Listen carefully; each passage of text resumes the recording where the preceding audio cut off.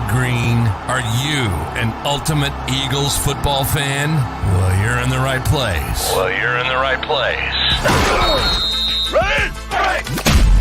This is Birds 365, hosted by the new Mac and Mac, Jody McDonald and John McMullen. Here we go! Who collectively have covered and talked about more than 50 plus years of Eagles football. Kick off your day with Birds 365. You'll get debate. We love to argue. You'll get the real story from inside the locker room. And you'll hear from some of the great football minds from around the region. You're about to become an Eagles insider. Get in the game. Join Jody Mack and Johnny Mack and join the football community that flocks to Birds 365. Birds 365 starts right now. Welcome to the NFL. Let's go! Let's go! Go!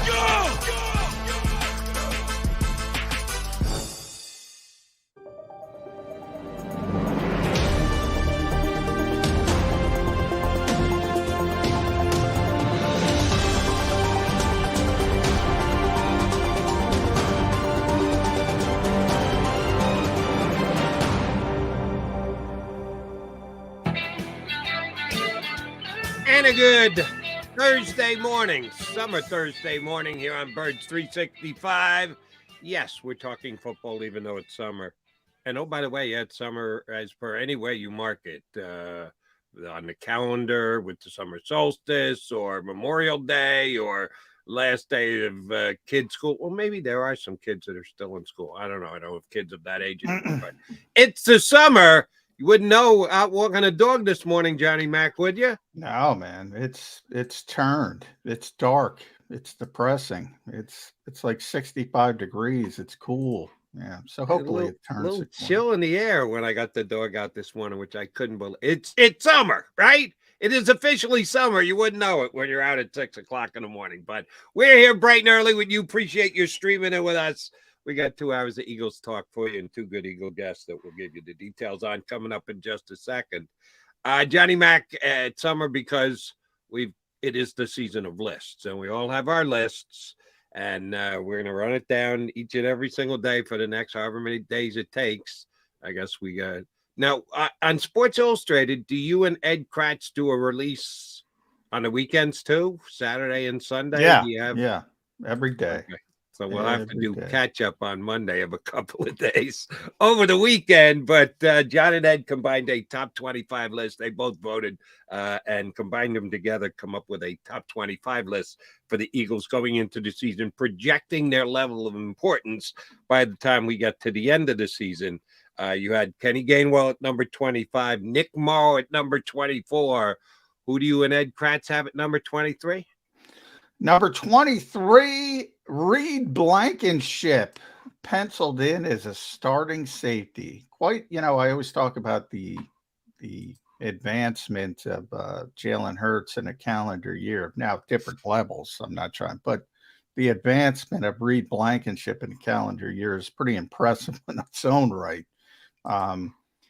If you go back to the 2022 draft, the Eagles spent a whole heck of a lot of money on their undrafted class. It was considered one of the best in the NFL. Carson Strong. Where is that Carson Strong right now? Good question. I'd have to look it up. I think he was playing in the XFL, USFL, one of those things. But a bunch of other guys. Noah Elise, who's still here. Brother Christian. But he was hurt, coming out of his pro day towards Achilles. So they thought so much of him. They knew he wasn't going to play, but they thought so much of him. They brought him in. So keep an eye on him. Kennedy Brooks, who was still here, was a 3-time 1,000-yard rusher at Oklahoma. Some pretty high profile guys that were supposed to be draftable commodities. Not only Mario Goodrich, Josh Blackwell, all the corners, Josh Jobe, who made the team. Josh Sills, who made the team till he got in trouble now on the commissioner's exempt list. They had a lot of undrafted guys who were considered, draftable commodities by at least some. And way down at the bottom of that list was Reed Blankenship. They gave him $5,000 to sign. $5,000. And we know the high-profile rookies. We know Jordan Davis, Maxwell College Player of the Year, the Kobe Dean, Butkus Award winner, Cam Jurgens, star center in the Big Ten, or whatever Nebraska. What is Nebraska in now? I don't even know. I gotta keep that stuff straight. But he was a star at the college level. The best rookie they had last year was Reed Blankenship. That's true. The best rookie they had last year was Reed Blankenship. And that's not an overstatement at all. And now he's kind of entrenched. So it's pretty impressive. Even go to the first round picks, and I'd have to look it up. Did any safeties get drafted in the first round last year? I don't remember off the top of my head. I'm looking it up real quick. Oh man. Daxton Hill from Michigan. He went in the first? Yeah, he went 31st overall. Back to back, Lewis Seen, 32nd overall. Oh, that's better than right. both those guys. Better than both those guys. Now, long term, we'll see. Although I was just reading something about Seen. He's the fourth safety in Minnesota. So he's not going to play. He's not going to play again. Daxton Hill's probably going to play because they lost Jeremy Bates. And maybe he turns out to be a star. It's pretty amazing. Everybody missed on Reed Blankenship. And even the Eagles, I don't want to give them too much credit because they were like, we'll they give give him $5,000. $5,000 whole dollars. Yeah, we'll give him $5,000 to come in. And, I remember talking to Denard Wilson when he was still here. He said when the pads came on, he started showing up, and it never stopped. And slowly behind the scenes, nobody even knew, right? Nobody even knew. Everybody assumed Kayvon Wallace was the top backup at safety. And then all of a sudden, CJ gets hurt and Reed's out there, right, because he impressed Denard Wilson so much in practice.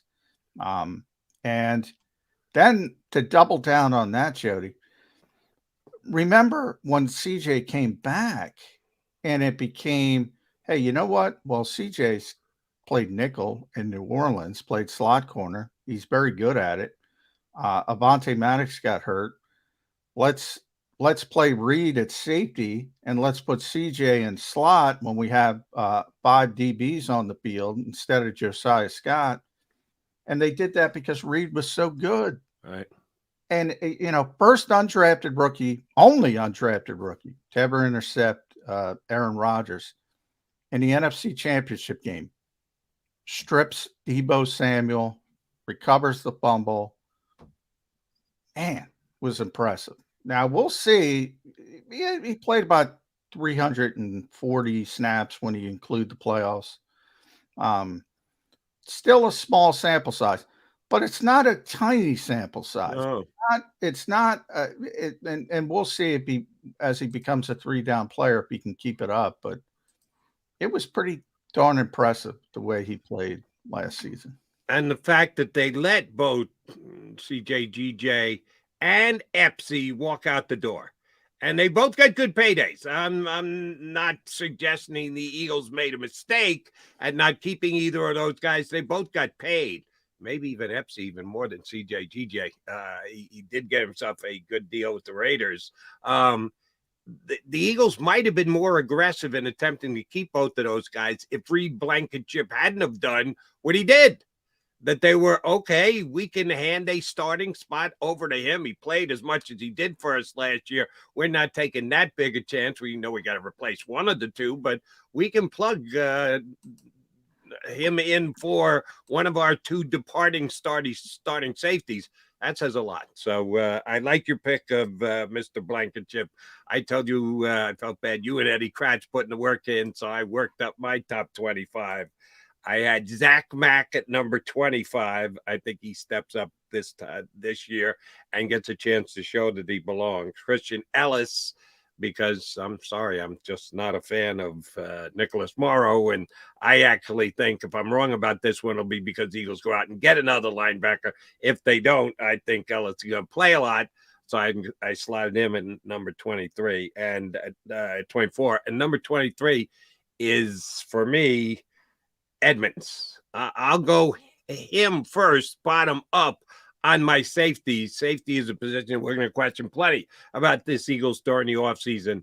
I think Terrell Edmonds is going to play, and I think he's going to be a fit because this is no longer Jonathan Gannon's defense. I think Sean Desai will keep the major concepts in place. I don't think you're going to see drastic changes, but I think you'll see some differences. And one of them is the possibility of having five DBs on the field this year, less linebackers on the field. And if that's the case, Edmonds is going to be the guy who's going to be the box safety. He's going to be the one who's coming up and helping more in run protection. Blankenship was good last year. I think Edmonds, with his experience in Pittsburgh, will be tasked to be that extra guy in the field. I don't think he's coming off the field much at all. Last year, did Epps play every single snap of the year? Almost. He was. He missed a few, but almost. He was at 99%. So effectively, he played the entire season. Right. So the Eagles are not afraid to keep their the safety that they need out there, who does all things, maybe not great, but does everything for almost every snap of the year. I think that's going to be Edmonds. I think I don't know if he's going to be a playmaker. He didn't put up ball hawking stats when he was in Pittsburgh, but he's going to be one of those glue guys that they're going to keep in. So I've got him on my top 25. Terrell Edmonds is my number 23. All right, Johnny, before we punch up our first guest, BLG, Brandon Lee Gouton is going to join us in a couple of minutes. Did you see the quarterback of the Philadelphia Eagles going viral last night? I did not. This is news to me. Yeah, I'm too busy being upset about certain things we talked about before the show. Plus, Field Yates upset me. Mike Florio upset me, so I missed. All right, so we'll get to Yates and Florio. We'll put Orange Cassidy aside. No, what I'm referring to is last night they named the women's U.S. World Cup soccer team, and they had quote unquote celebrities welcome each of the ladies who made the team. Joe Biden did it. John Cena did it. Lil Wayne did it. A bunch of celebrities. Tina Fey were asked to, hey, congratulations, you're spot on team, blah, blah.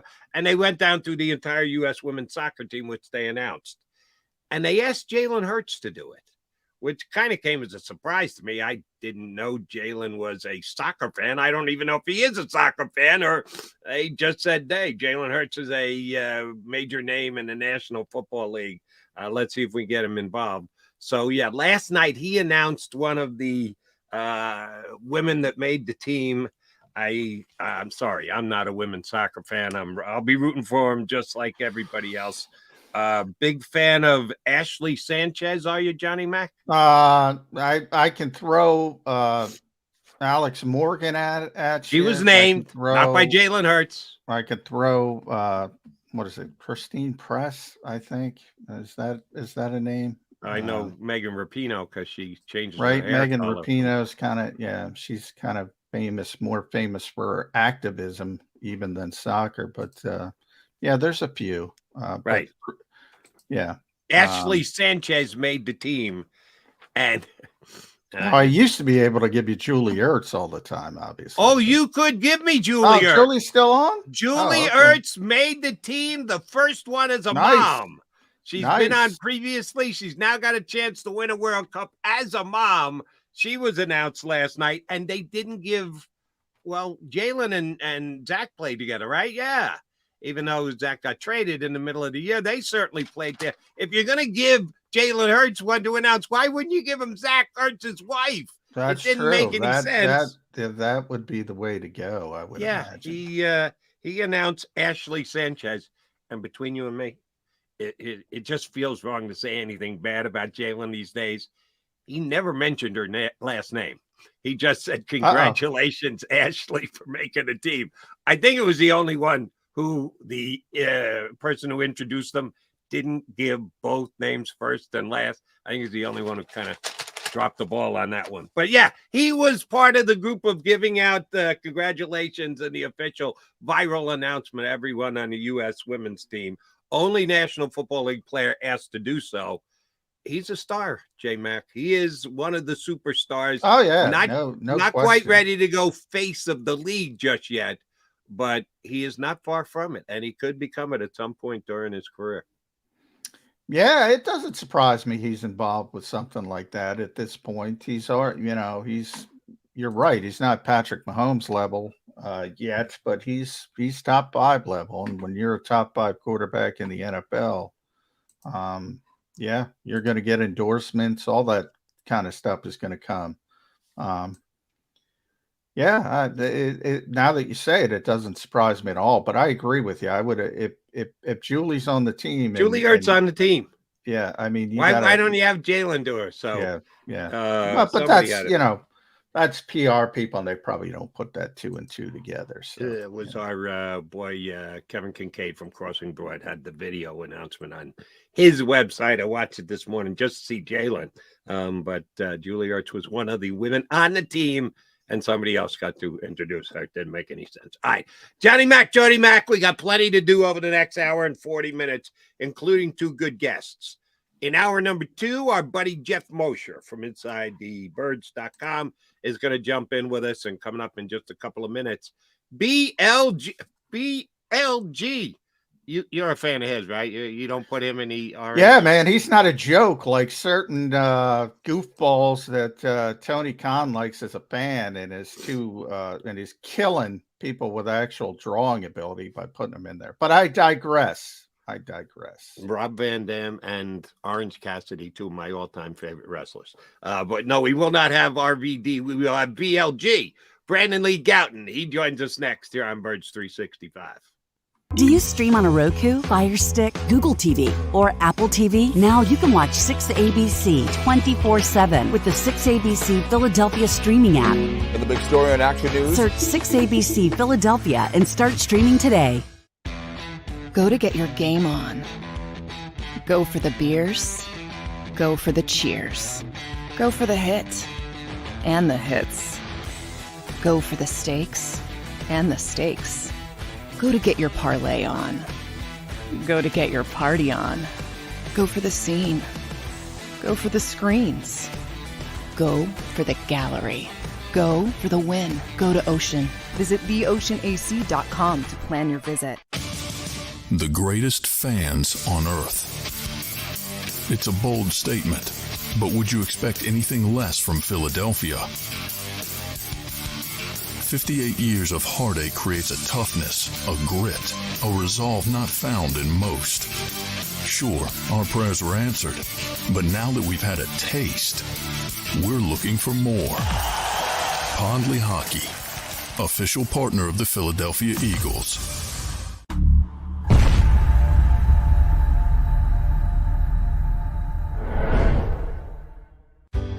Go passionately.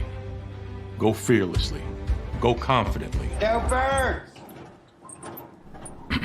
Go confidently towards your goals with First Trust, Philly's hometown bank for nearly 90 years, and the official bank of the Philadelphia Eagles. We're focused on getting you over the goal line.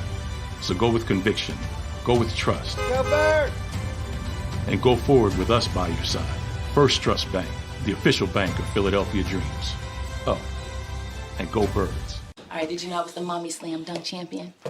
Really? Yes, really, don't sound so surprised. Let's see it. Oh, you're ready. All right, here we go. Let's hear the crowd. So go to right, I go to left, fake a mom. Mama, go up, up. She did it. Again? You can't avoid gravity, but United Healthcare can help you avoid financial surprises by helping you compare costs and doctor quality ratings. United Healthcare. Uh-huh.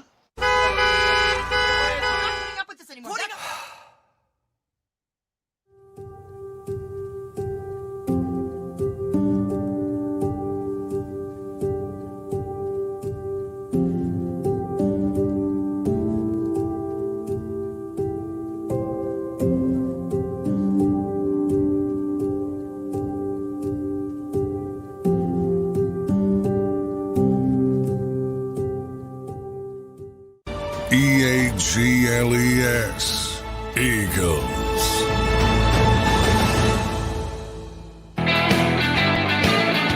Mega Mac guys here with us on Birds 365. It's summertime, both on the calendar and for the Philadelphia Eagles. Some downtime, so we bring in guys like our next guest to talk about the Birds who live at 365, kind of like us. Brendan Lee Gatton from Bleeding Green Nation, good enough to hop aboard. So when you're done in your 20, 30, 40, 50 minutes with us, what are you doing with the rest of your day, Gatton?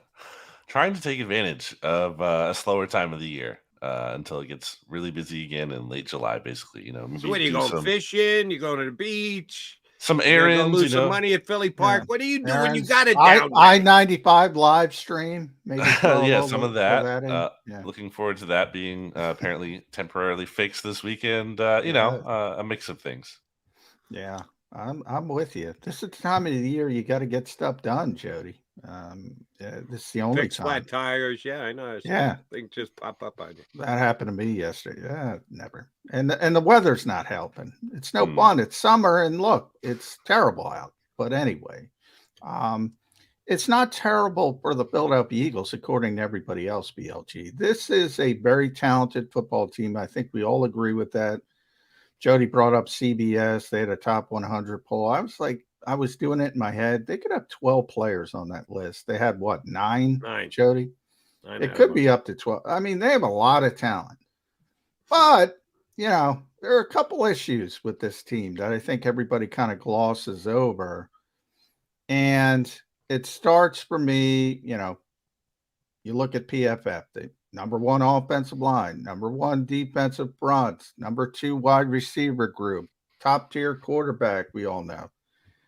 Linebacker, 31 of 32, according to PFF. Running back, they're in the 20s. I forget the exact number. There's some issues on this team. Are they getting glossed over, BLG, because of all the high-profile stars? I think there's it's easy to kind of lose sight of, every team's going to have their holes somewhere. There's no perfect roster out there, really. Ask Peter King. Well, I think, again, the closest thing we saw to that may have been the Eagles last year. And even then, they weren't the team that lifted the Lombardi at the end. So, I think they're still in a very, very good spot. But I think one of the bigger concerns I would say is that everyone basically either met expectations for the most part or overachieved last year. The rare exceptions of Quez Watkins, add Robert Quinn in there after they traded for him. Sometimes you might have a year where there's a good player and it's just not their best year. It's not going to say, I'm just take a player who's on the Eagles who's good, and you think, okay, well, maybe they have not their best version of themselves last year. And if that happens with a couple guys, all of a sudden they're not quite as good. So I think about things like that, obviously the health. You think about how, I think one of the things I've been thinking about recently, there was a good piece out about this recently about how the Eagles were so far ahead in games last year where Jalen Hurts didn't even have to throw a lot in the fourth quarter. Probably not going to do that again. Yeah. They did run the football. I think that was Rube. Is pointing out they were running the football a lot late because they had a lot of leads, which makes sense. And if you're behind, you're going to throw the football more. So that's why I'm not a big fan of run-pass ratio. Tell me the score in the fourth quarter. I'll tell you what the run-pass ratio is going to be.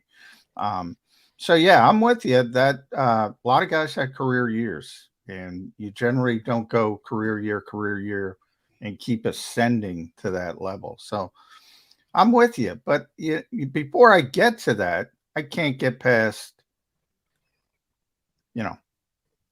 Nicholas Morrow. It's the second linebacker. I can't get past, is it going to be Terrell Edmonds and Reed Blankenship? Are we confident? We were just talking about Reed because we're doing our top 25 Eagles at Sports Illustrated BLG. And Ed Kratz and I had Reed at number 23. He had a great rookie season. I pointed out that there were two safeties drafted in the first round, Daxton Hill and Lewis Seen. Better than both of them. Now, Seen got hurt, but he's still the fourth safety in Minnesota. Hill's probably going to play this year. He didn't play that much last year. We'll see long term. Eagles got him for $5,000.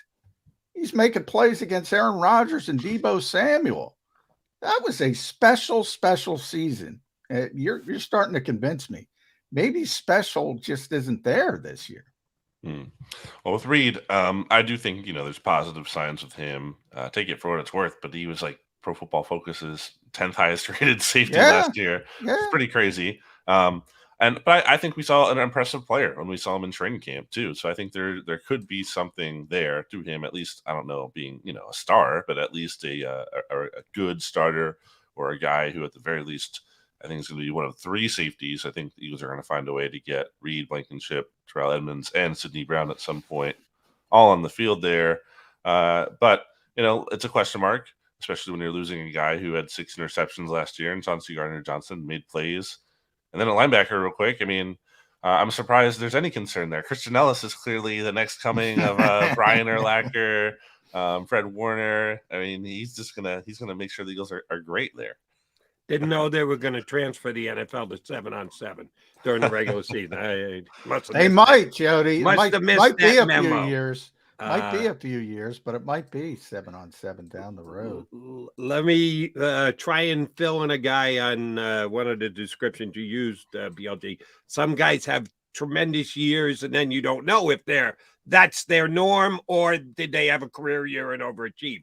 Or a guy could just have a bad year that he's actually better than what he showed the previous year, and then either rises to that level or re-rises to that level if he'd done it before. What's Quez Watkins? Well, if you listen to the Eagles, they're not too worried about him at all. And I certainly think it was an intentional effort by Nick Sirianni to gas him up a little bit, because that was out of character for Nick to really highlight a single player when he was asked about who impressed in the spring. I think, look, we've seen Quez have some flashes before. I don't think this is a situation where he can't play at all. He has no kind of NFL skills or talent. I don't think that's the case. But the way I think about it after last year is that he's lost all right to benefit of the doubt. I mean, he did not come up big in very big moments, although he had limited opportunities time and time again. I think he proved he couldn't be trusted. And I think he kind of has to re-earn that trust back before he can kind of have that same role. I think something that I don't really understand when Sirianni and I guess the organization as a whole defend him is like his lack of production. No one's criticizing him for being like whatever targets or yards it wasn't about that. It's not about being a volume player. The Eagles already have AJ Brown and Dallas Goedert and Devontae Smith. He's not going to be a volume player this year again. It's about making the plays that come to you and being efficient, and he just was not trustworthy at all last year. Yeah, and I kind of took that BLG as just the guy trying to sort of boost the confidence of a player that might be, a little bit second guessing himself after having a bit of a down season. So I don't have a problem with Nick doing that. We'll see if my bigger concern is, and you're right. I mean, the top 2 receivers are so good. You can't have everything, right? So, you start talking about Quez Watkins as 3, whether it's Olamide Zaccheaus pushing him. But he's more a traditional slot guy. I don't know if he can play as outside as much as Quez can. So you kind of limit yourself. And then after that, it kind of drops off the table. Like Britton Covey's next. And then you start talking about the undrafted guys, Joseph Nada, Jaden Hazelwood. It's like, boy, man, forget about a serious injury. Obviously, you can't replace players like you're forgetting Greg Ward. I'm not forgetting Greg because he's always there. You can't forget Greg. You just did. Well, right over him. Are you telling me right now he's the 8th wide receiver on the depth chart, Johnny Mack? No. What I'm trying to say is this. He's not. Now, I didn't mention Devin Allen either because I don't think he's relevant in this conversation. My point is if and again, I'm not even talking. You cannot replace players like AJ Brown, Devontae Smith. You're going to take a hit. But if other guys are forced to play, even if it's for a couple weeks, high ankle sprain, something of that nature, guys like Greg Ward, Devin Allen, they're ahead of the undrafted rookies right now, but they can't play major snaps with production in this league. They can't. So who does that?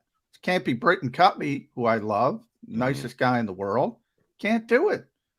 You got to find somebody else. Who's that somebody else? It's maybe a little underreported depth issue for the Eagles. Yeah, it is a steep drop off there from the top two, certainly. I think Olamide Zaccheaus is kind of an underrated player in the sense that he had a pretty decent year last year. And the Eagles only got him for what, like $650K guaranteed? And for an offense, I think the interesting thing with him and his fit in this offense is that there's a lot of criticism last year of, well, first of all, there was not a lot of criticism of the Eagles offense at all because there wasn't much to criticize. But one of the things there was kind of like an issue with, I think people would highlight again and again, is the lack of like hot routes and the lack of getting out the ball quick against the blitz sometimes. And now I think Hurts got better as the season went along against the blitz, but I think maybe if the Eagles are looking for someone to counter that, maybe that's where Olamide Zaccheaus comes in, being that traditional slot receiver, kind of working the middle of the field, being able to make things happen after catching the ball short and then turning upfield. Maybe he kind of gives you a new element in the offense this year in that kind of role. So I think he would step up certainly in volume. I think he showed that he can handle some of that. He's not going to be your top receiver, but I think he can be a top three in the event that there's an injury. There's no great answer. We'll see if anyone steps up from those wide receivers and undrafted rookie free agents.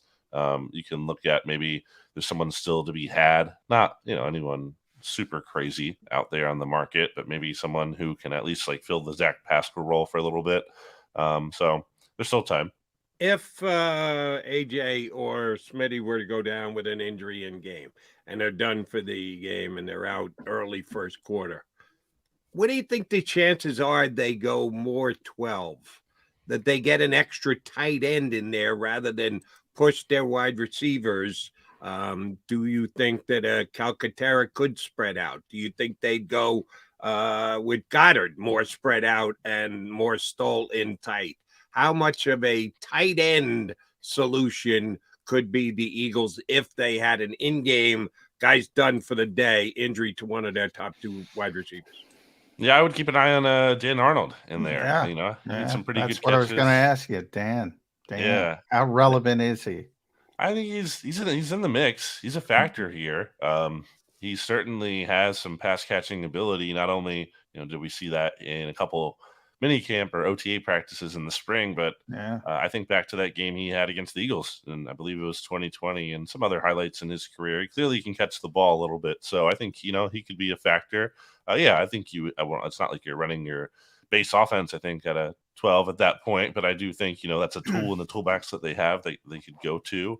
I would throw him in as an underrated name.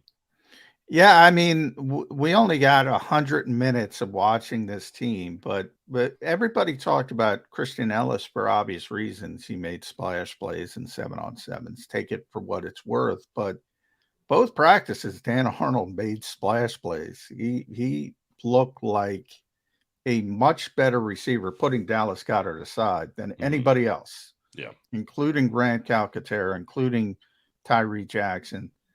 He's a step above those guys as a receiver.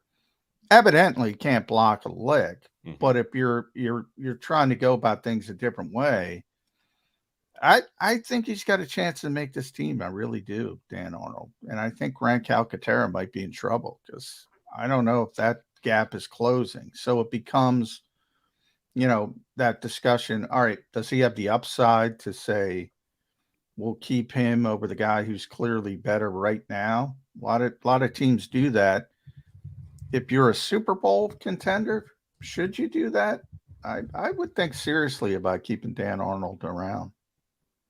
Yeah, Calcaterra is a little bit older for a rookie too. Yeah, I think he's gonna be 24 this year. Dan Arnold's 28, so it's not like maybe as big of a gap you would typically think between a guy entering a second year and a guy who's been around a little bit. But yeah, I mean, I think you have to go at that spot, like who impresses more. Calcaterra also obviously has that extensive injury history. the concussions and whatnot. Also, he was banged up last summer after showing some promise. So, you know, I think it's kind of the best man wins situation. You might be able to get Calcaterra to the practice squad if he's not really even lighting it up anyway in the preseason or anything. But yeah, it's a good spot to add some more competition because you know, we talk about wide receiver being thin behind the top guy. I mean, you know, if Dallas Goedert goes down, you're not exactly brimming with a lot of pass catching talent at that spot.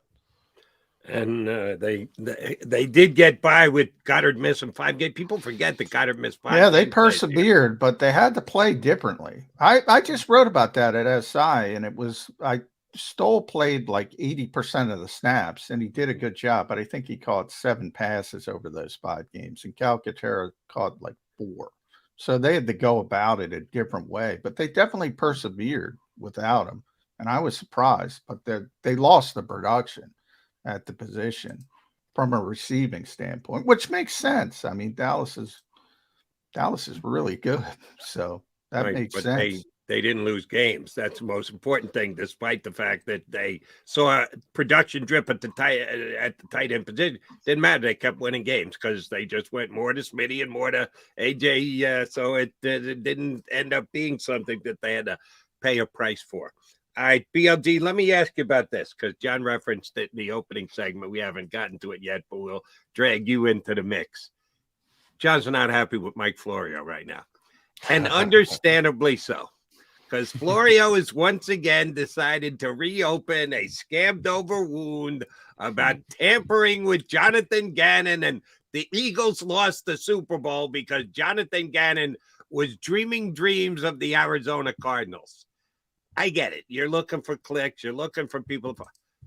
Do you think Mike Florio really believes this? Has he become that big a conspiracy theorist that he needs to continue to, there could be a lawsuit. Gamblers could say the Eagles lost the game because Jonathan Gannon was tampered with by the Arizona Cardinals.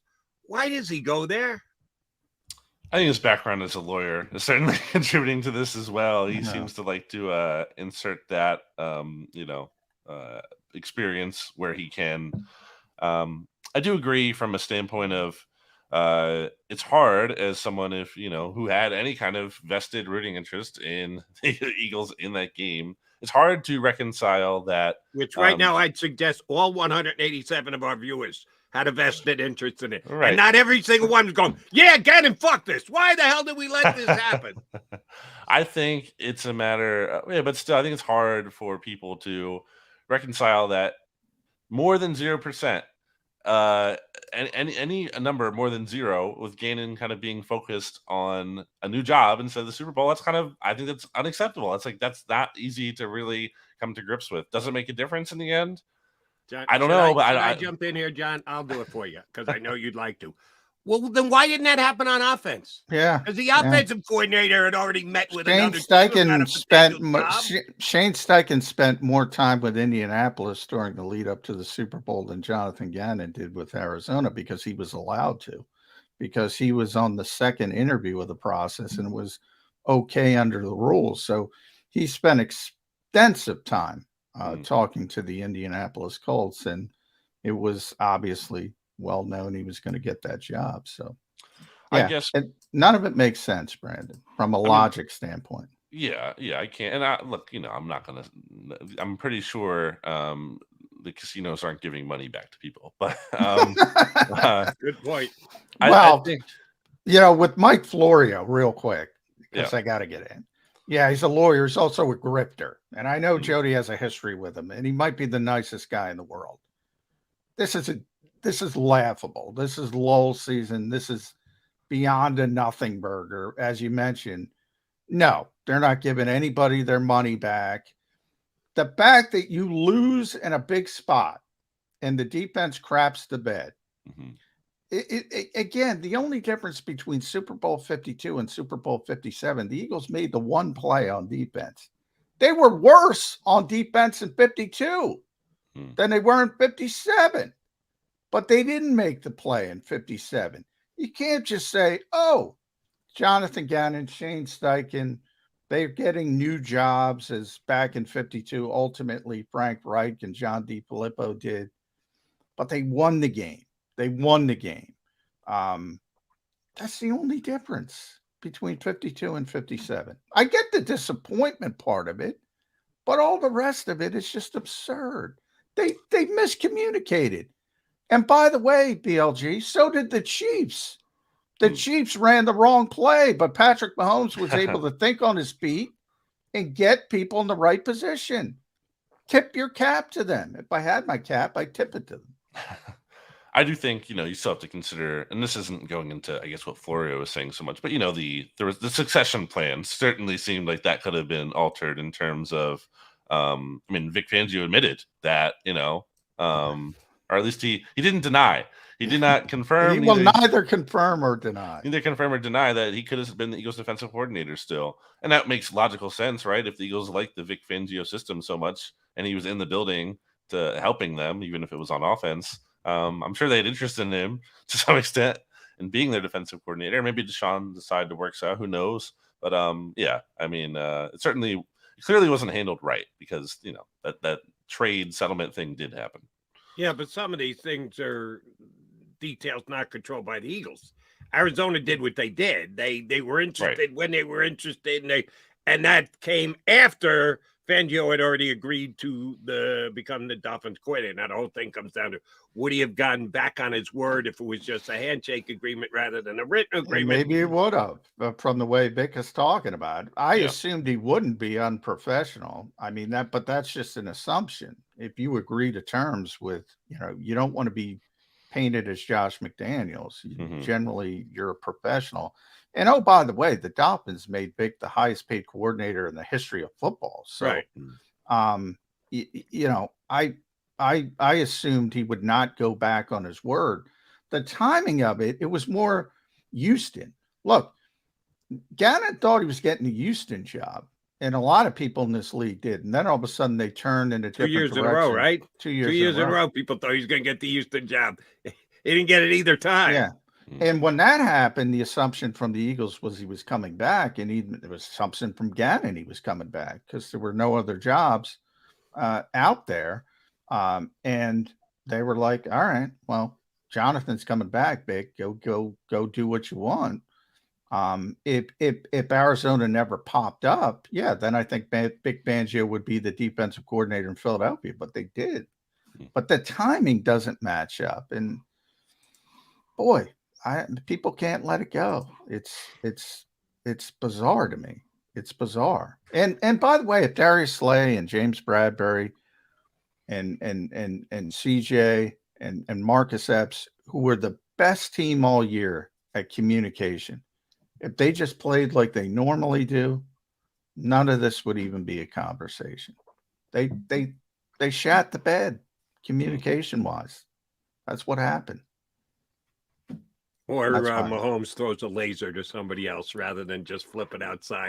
Well, that's possible too. Wide receiver. So we'll never know, unfortunately, unless they play it back again this year, and then there'll be other circumstances and situations. But let's talk about the new defensive coordinator. I said earlier, I got Terrell Edmonds on my top 25 Eagles. I think he's going to be a key contributor. I think we'll see some fives, D-backs, 3 safeties on the fields look from them. I remember when Edmund was signed, John and I came on here and talked about, he doesn't really play the way the safeties have played the last 2 years, Nick Sirianni's 2 coaching years. Does he fit with this Eagles defensive mindset and the way they do things? Well, there could be some tinkering with it with a new defensive coordinator. How apparent will the differences be on a day in, day out Sunday for someone like yourself, PLG, who's more than just watching the game, who's studying it and breaking down film after the fact? How different a defense do you think there's going to be between the 2022 Eagles, 2023 Eagles? Well, I think for any faults they had last year, I think the organization as a whole was happy relatively with, almost breaking the NFL sack record and whatnot, and having a lot of success in a lot of different ways. So I don't think they're looking to reinvent the wheel necessarily on defense after that. Now, obviously, you have to have change from year to year from a standpoint of you can't just literally do the same thing when teams are studying what you did and trying to create counters to that and exploit those things. So you have to adjust from that standpoint, even if you keep the same coordinator. You didn't keep the same coordinator. So Sean Desai is going to have his own vision on things. The talent's different, especially, you don't have Chauncey Gardner-Johnson, like I said earlier, making plays.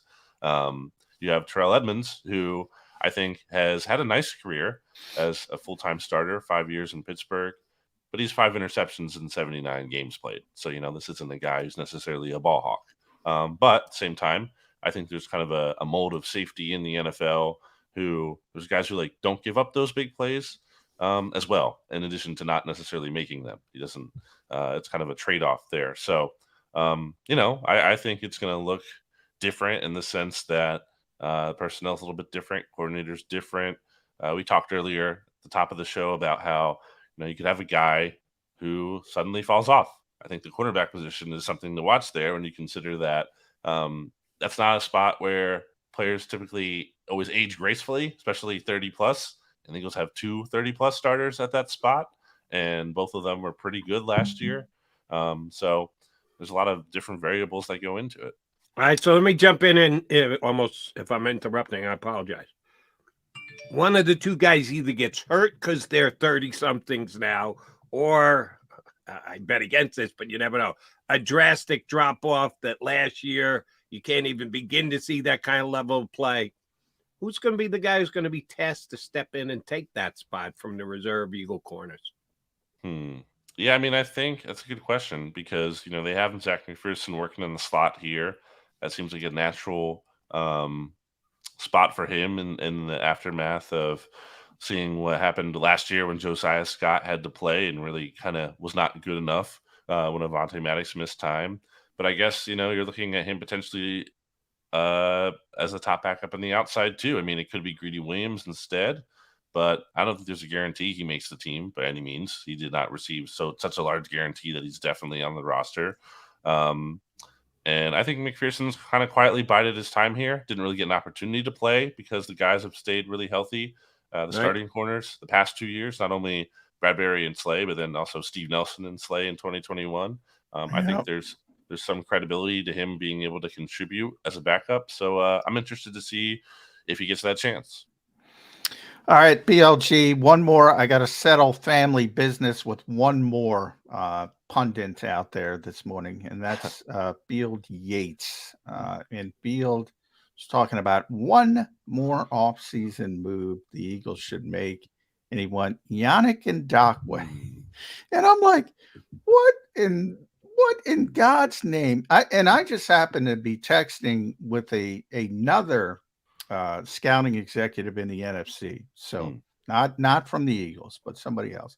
And he was talking about their defensive line. And by defensive line, I mean interior, the defensive tackles plus the edge guys, the Hassan Reddicks, Nolan Smith, people like that, all the edge guys, even though they're listed as linebackers.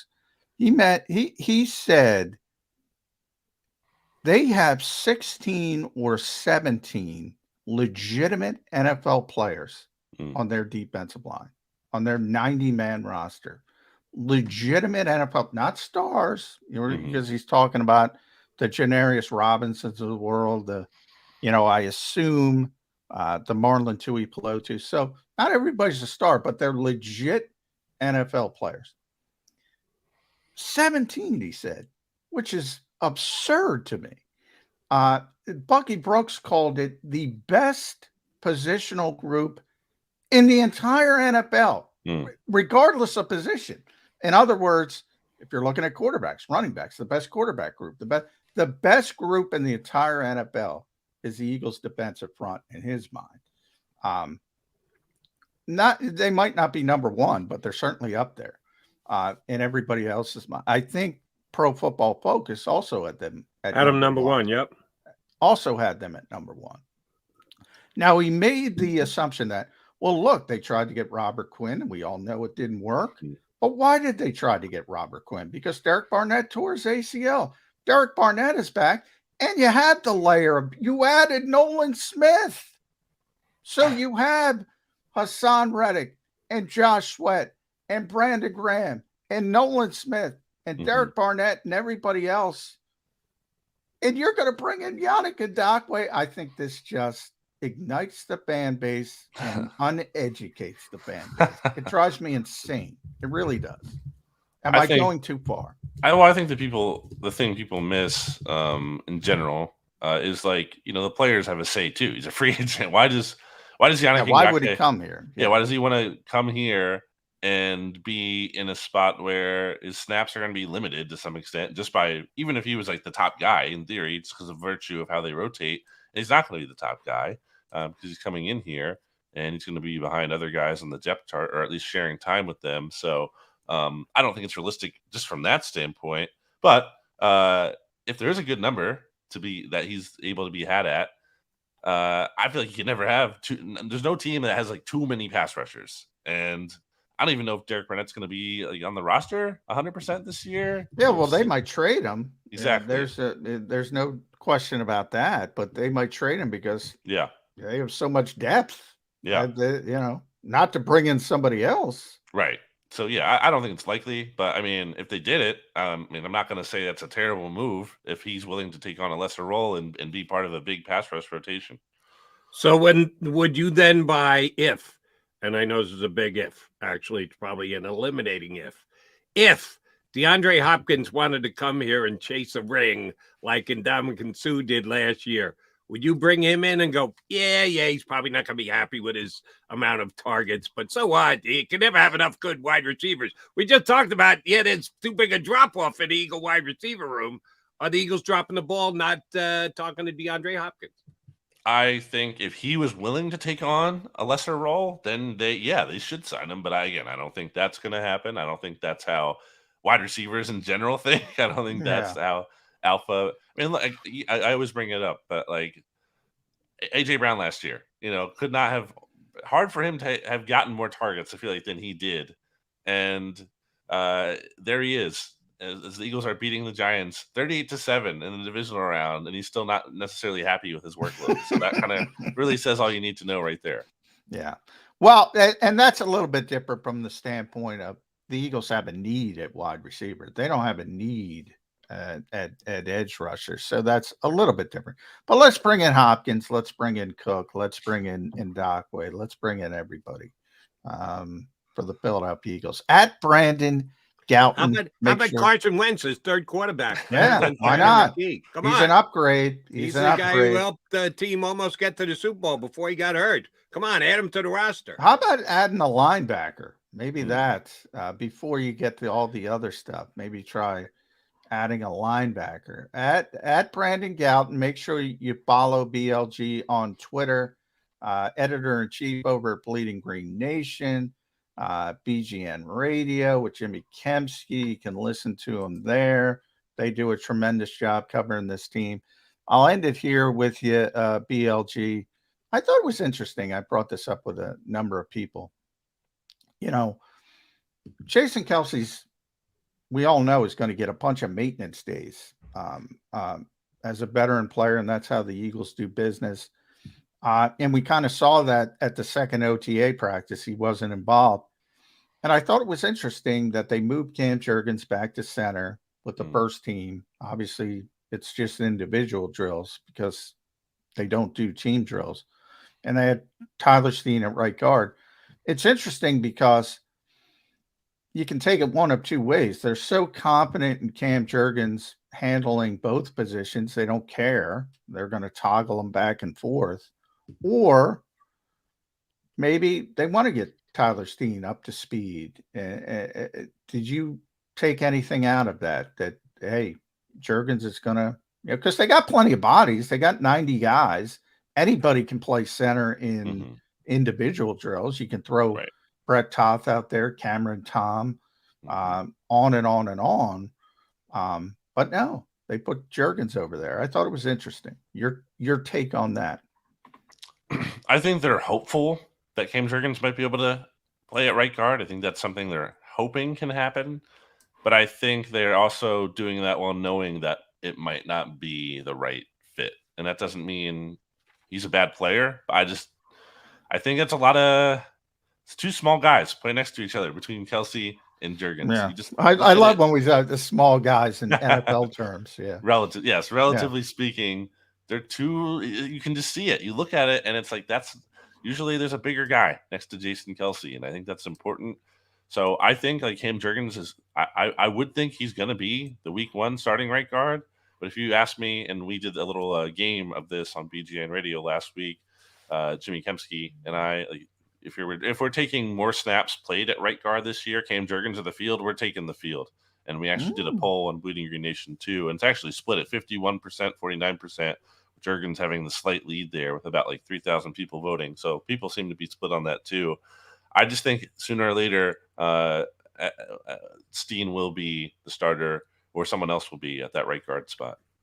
It'll be fun once camp opens, but we have a month still till we get to camp. BLG, enjoy your down day, however you spend it. Please tell me you're not going to be watching the I-95 feed. You're going to do something more exciting than watch the I-95. I got faith in you, buddy. I'm sure you're going to get out and have a good time today. Thanks for spending part of your morning with us. Thanks, bud. Brennan Lee Gouton here with us on Bleeding Green Nation. Temporary fix. I'm telling you, I'm going to have to stump for this governor if he can get this thing up and running. I'm impressed, Jody. I'm on record. I'm impressed how quickly they're doing this thing.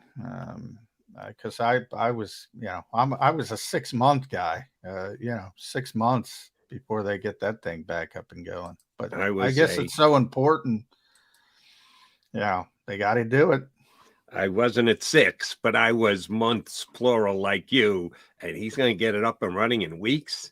Man, that would be impressive. All right, coming back. We got Jeff Mosher going to join us 20 some odd minutes from now. I do want to revisit because we had BLG on. It's so funny. We brought up Florio yesterday. Now we're going to bring him up again today. And the fact that he just won't let this stupid thing go. Come on, Howie's right. I mean, he's making Howie look good. He really is. He is king of the conspiracy theories. We'll come back, and I want to expand on the conversation with John about how different the defense will be with Sean Desai.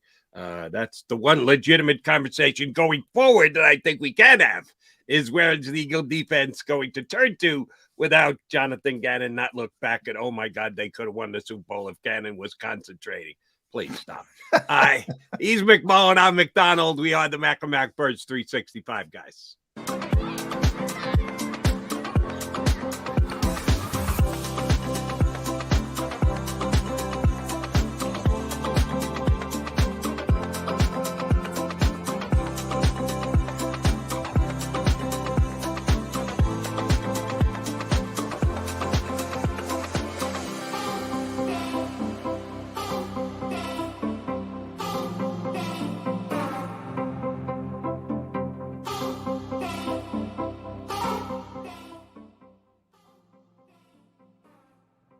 Heading down the shore, have a ball once more.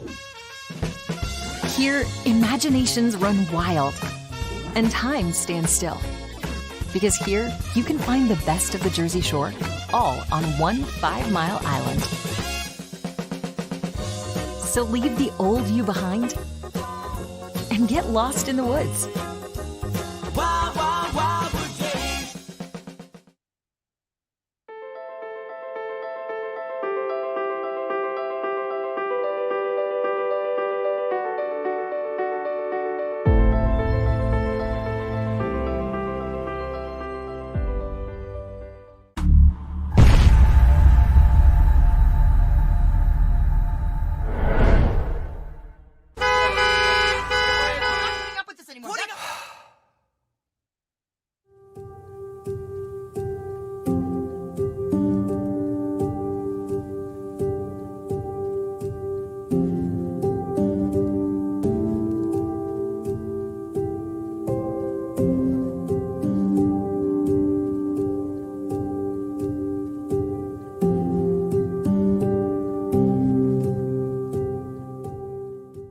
Score and save in southeastern PA and Delaware with Colony Pools this football season, and let the experts close your pool with a custom Merlin safety cover in green for the birds. And if you join our Winter Watch team, we'll give you another 20% off, and Colony Pools will handle it all. Keep your tiles on your pool, not in your pool. Fly with Colony right now, Birds fans. Visit flywithcolony.com. Hi everybody, my name's Jason Lombardi. I'm an inspector at DryTech. At DryTech we offer 3 major services, the first one being basement waterproofing. The second service we offer is foundation and structural repairs. And then the third service that we offer is mold remediation. If you feel you are having a waterproofing issue, give DryTech a call or check us out online.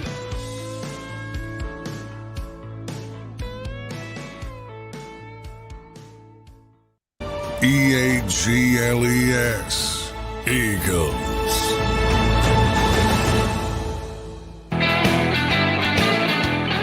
John McMullen. I'm Jody McDonald. That makes us Mac and Mac here on Bird 365. Coming up in less than 20 minutes now, Jeff Mosher from InsideTheBirds.com podcast, everything else. Mosher always good when he jumps aboard, and he'll do so with us coming up in less than 20 minutes now. I promise we'll talk about pro football talk for a couple of minutes here. We'll get off. I don't want to beat a dead horse, but it does. When John brought it up earlier, I was going to get to it a little bit later in the show when he mentioned in the first segment. It's all right, we're doing it earlier. And I will give Mike Florio credit because he finds new ways, and he even took the responsibility off himself by saying it came from an emailer who suggested there could be actual lawsuits because gamblers could sue because the National Football League allowed Jonathan Gannon to coach despite the fact that he had been tampered with. Who would be sued? Gannon, the Cardinals, the Eagles, the NFL? Is one of those just sue everybody and see where the chips Well, fall? I mean, to me, I mean, that's a cop-out from a standpoint of, you know, anybody can sue anybody for anything in this country, unfortunately. Does it even have a modicum of a chance to succeed? No. What the Cardinals did was they broke a rule and they were penalized. Again, you know, we talk about it all the time. Shane Steichen, because he was allowed, because these arcane rules, you know, between the NFC Championship game and the Super Bowl, if you're in the game, you are allowed to interview with another team if it's a second interview, which is why Shane Steichen was allowed. In fact, I was talking to someone very close to that situation who told me, you know, he spent a ton of time with Indianapolis in the week, not the week of the Super Bowl, but the week before. And you know, Jonathan Gannon was a first interview with a first-time general manager who probably didn't have a feel for the rules. Monty Ossenfort, who's very close, they're friends. So that's why the whole process was late, because Monty Ossenfort got the Arizona job late. And if he'd gotten it earlier, it wouldn't have been a problem. He would have interviewed him earlier. It would have been a second interview. Nobody would be talking about it. So the whole crux of this thing is the arcane NFL rule book, the goofy rules. Well, you can have a second interview, but you can't have a first interview. Does that make sense, Jody? None. Zero. They just, you know, you make up rules, and that's the rules, and you're supposed to abide by them.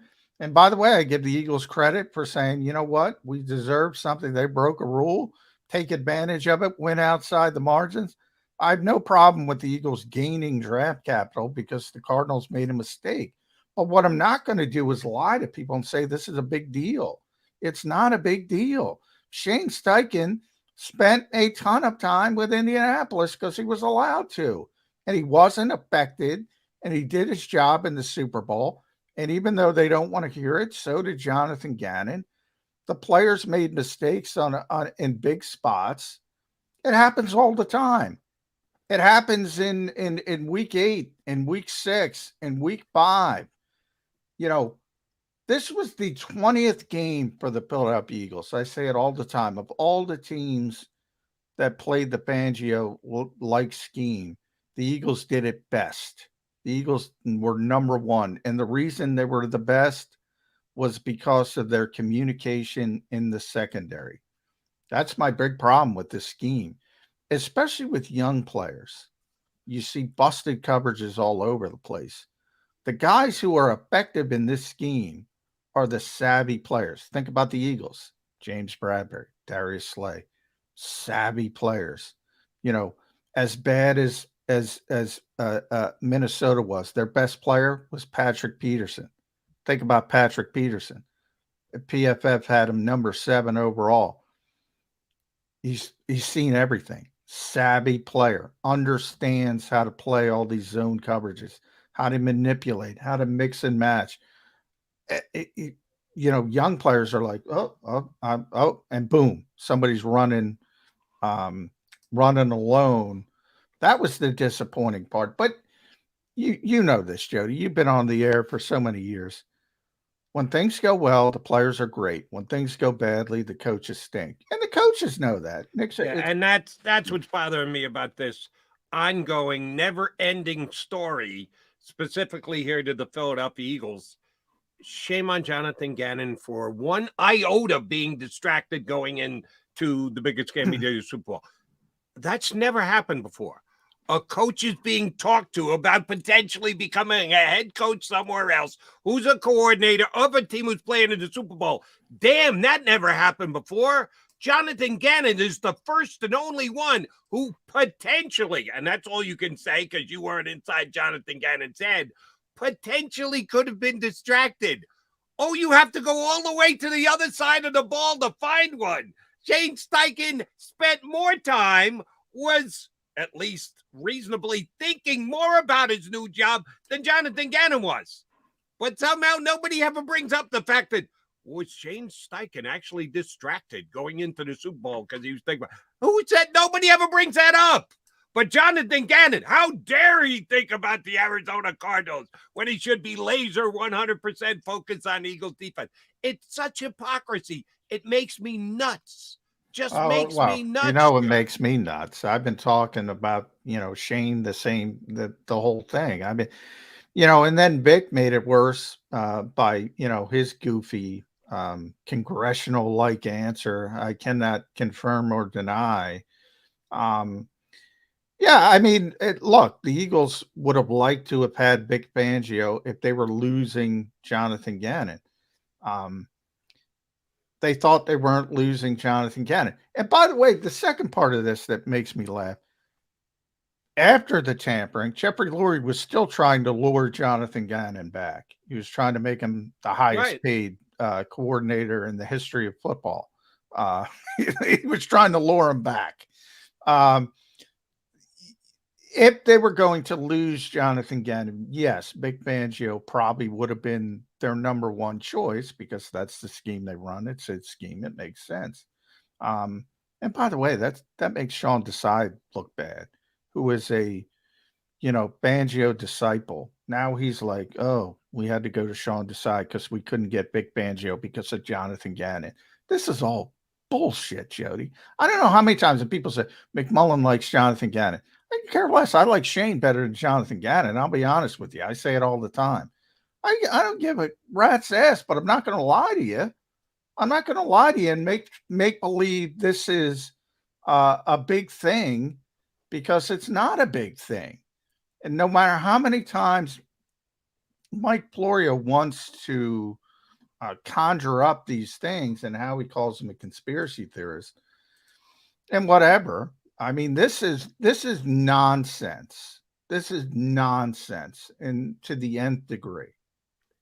And you're right. Sean Desai now, if you believe that the Eagles would have just turned the defense over to Vic Fangio if they'd known Gannon was going to be gone, didn't get a chance to because he, despite leaving the door open, had already agreed to become the Miami Dolphins defense coordinator, where he's the highest paid defense coordinator. Now, Jeffrey showed because he was ready to pay through the nose to keep Gannon, make him paid on the level of a head coach just to be a coordinator. So, yeah, Jeff could have hopped into that boat and paid the freight to get Fangio, but he decided to stay with Miami. Yeah, Desai's a fallback hire. And is that going to come back to be a major story with this team going forward? Probably a little less than you would think because Gannon was so disliked. much to your and my questioning the level of that dislike, because the numbers and results say he did a damn good job, but he was just not a fan favorite here in town. Will that become a storyline this year, that they had to settle for Sean Desai at defensive coordinator because the numbers aren't going to be as good, Johnny Mac? Yeah, well, that's the reason. I think it's inevitable. At some point, somebody's going to write that story. It's probably going to be unfair too, but somebody's going to write that story because the numbers are going to be worse, and because Gannon wasn't popular, and it's low-hanging fruit, as they call it in the industry. You can get engagement, and same thing Florio's doing. And there's a lot of people because they get rewarded. I mean, fans always talk about they don't like hot take artists. They don't like this. They don't like that. Well, don't give them air then. Don't click on the nonsense. Don't engage with the nonsense. But they love it, so they can't help themselves. So yeah, that's going to happen. And by the way, Matt Patricia being here only elevates it as well, because you have a safety but that's net. on the Eagles. That's on the Eagles, no doubt about it. And that was a strange hiring to me. Yeah, let me ask you that. I can't believe we've never actually put it to a question this way. How do you think that came about? Because usually it's somebody knows somebody suggests somebody, there's some kind of tie to whatever. Other than the fact that Jeff Lurie is originally from New England, I'm reaching to figure out why Matt Patricia is here to begin with. What's the tie? What makes sense? Where did this get started? Other than, I think Matt Patricia is a talented defensive mind, and I think he proved that over years in New England. Last year, the whole offensive thing just boggles my mind. I don't know what the hell Belichick was thinking, but he put in a lot of years on a great New England defense as their defensive coordinator. Why is he here as a advisor to the defensive side for specifically the Philadelphia Eagles? Yeah, I haven't talked to Nick about that yet, which is one of the things I'm upset about the offseason. We didn't get a ton of time. And one, if you remember the one day where the Eagles had to push things back because of the wildfires and the bad air, and they were doing a playground. And went into the bubble, right? Yeah. Well, the day before that, we had a session with Nick scheduled, an embargoed session to talk about training camp, talk about the season. And I had planned to ask him that. It was supposed to be in the morning. And it got pushed back to the afternoon. I had an appointment. I couldn't stay. I never got to ask him the question. And that's where I was going to ask him about Matt Patricia and why he's here, the thought process behind it, and all that kind of things. The extra, as I call it, the layer to the coaching staff. So I'll find out eventually. I don't know. I've been told they have a relationship. I don't know. It's a coaching profession. You meet people along the way. There's no obvious connection. They've never been on the same staff. They're both New York guys. Maybe it's something to do with that, but I don't know the answer to that yet. I will find it out at some point. And Marcus Brady as well. It's less of a big deal because I think people have a ton of confidence in Brian Johnson. And Brady was already here. And Brady was in Indianapolis. So, with Frank. And so there's that connection, but, right. So this is not as evident, but it was early on. They were talking about him being the linebackers coach, Matt Patricia. And it seems like he got an even bigger role, as a senior defensive assistant, but we'll kind of see how it shakes out. It is a new role. It wasn't here on the old coaching staff. Remember, they lost Denard Wilson and Nick Rollis as well, not just Jonathan Gannon.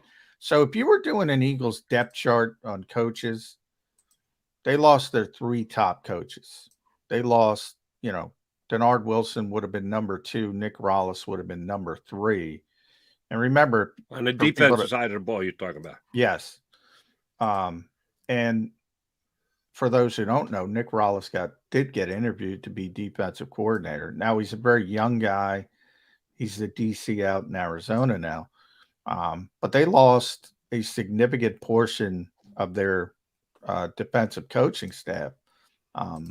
So it's more high profile on that side of the ball. But both sides, that is a new layer to this coaching staff, Marcus Brady and Matt Patricia. Marcus was here last year after he got fired, not the whole year in Indianapolis, but he was just a consultant. And he was really helping. Fangio did on the other side of the ball. Yeah, but Fangio was only a consultant for 2 weeks leading up to the Super Bowl. And I think a lot of people don't understand. Marcus was helping the defense. Vic for those 2 weeks was helping the offense. And they kind of did it that way. They wanted, in other words, Jonathan Gannon would say, well, how would, to Marcus Brady, it was Marcus's job to say, all right, we're going to play this defense. How do you combat that as an offense, and vice versa for Vic Fangio? Mm-hmm. So that's how they kind of worked it. Now this year, Marcus is helping the offense. Matt's helping the defense in a more traditional fashion. So it is different. He's John McMullen. I'm Jody McDonald. That makes us Mac and Mac here on Birds 365. Got another one of our favorite Eagle guys ready to join us. Coming up next, you can read him on InsideTheBirds.com. Check out his podcast on InsideTheBirds.com. He's Inside the Birds, just what he is. He's Jeff Mosher, and he joins us next here on Birds 365. Do you stream on a Roku, Fire Stick, Google TV, or Apple TV? Now you can watch 6ABC 24/7 with the 6ABC Philadelphia streaming app. For the big story on Action News, search 6ABC Philadelphia and start streaming today. Go to get your game on. Go for the beers. Go for the cheers. Go for the hit and the hits. Go for the stakes and the stakes. Go to get your parlay on. Go to get your party on. Go for the scene. Go for the screens. Go for the gallery. Go for the win. Go to Ocean. Visit theoceanac.com to plan your visit. The greatest fans on earth. It's a bold statement, but would you expect anything less from Philadelphia? 58 years of heartache creates a toughness, a grit, a resolve not found in most. Sure, our prayers were answered, but now that we've had a taste, we're looking for more. Pondley Hockey, official partner of the Philadelphia Eagles.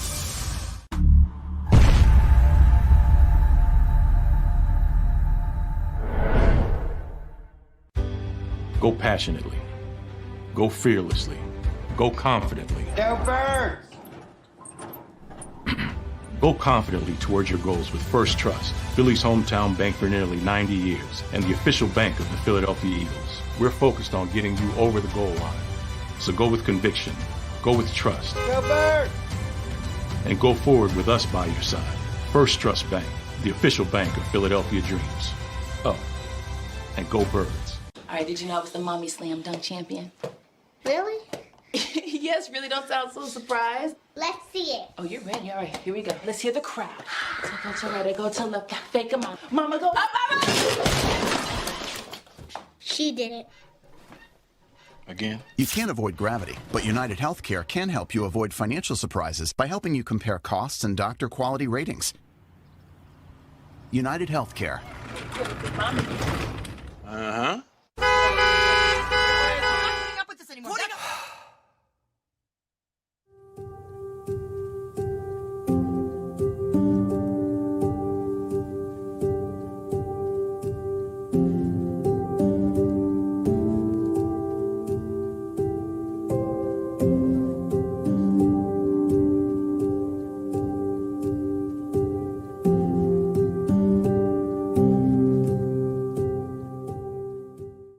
EAGLES. Eagles.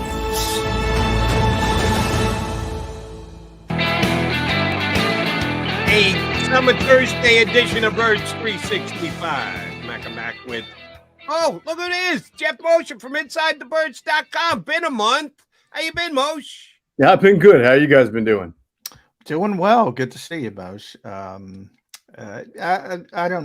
think you popped in after Jody and I were talking about it, but we were talking about Matt Patricia, and to me, it's kind of I don't want to say strange, but it's kind of a ballsy hire. Let's say that, because of his relationship with his prior relationship with Darius Slay. Plus, you have a young defensive coordinator, and all of a sudden, sitting on his shoulder is this accomplished Bill Belichick guy who's done it all in this industry with, even though he wasn't a success in Detroit as a head coach, heck of a defensive coordinator. Couple questions for you. I know you and Adam are plugged in when it comes to coaching positions around the league.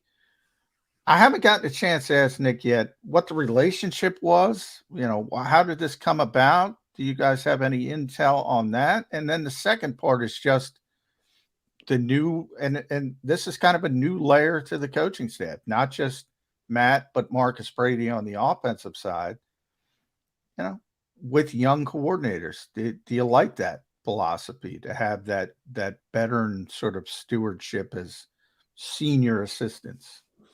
Yeah, John, I like having good coaches on my staff. If I'm a head coach or if I'm running a franchise, the one thing I want to avoid, which the Eagles could not avoid 3 years ago, was a situation where you have too many chefs spoiling a brew. And that was, back when Jeffrey Lurie and Howie felt like the offensive staff needed a lot of changes. Carson had been playing well. And then next thing you look up and you got Doug and Press Taylor and Marty Morningweg and Rich Scangarello and Andrew Briner. And, all of them are supposed to add X to the offense or Y to the offense and Z, but it felt like the offense did not look good in that case. And you never really knew who was responsible for what and, how that flow of ideas was going in the meeting rooms, but you knew that the product on the field wasn't good. So in this case, I think, so let's go back to the Patricia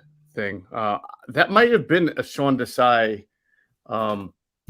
inspired hire, and more so than a Nick Sirianni one, because back at the Combine, I remember being there. Okay, so at the Combine is basically where they finalized the contract with Sean Desai.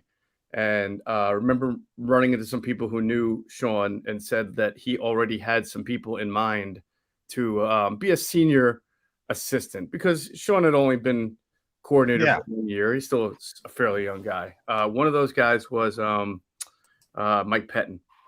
All right. And the other name that I had heard was Matt Patricia. I only went with Pettin on Twitter because I had more than one person be able to confirm that for me. But I had heard Patricia, and then it kind of went away for a little while, and then all of a sudden came back a little while later, and they wind up bringing him in. I forget where the connection is. I'm not 100% sure.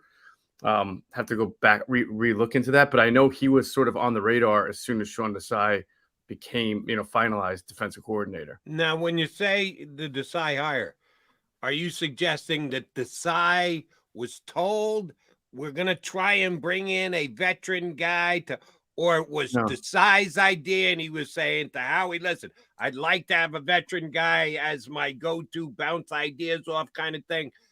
Whose overall idea was it that the need for this position had to be filled? Yeah, the way I understand it, just from talking to people who knew Desai, was that these were Desai's guys. These were names that he had as far as people he wanted to bring onto the staff.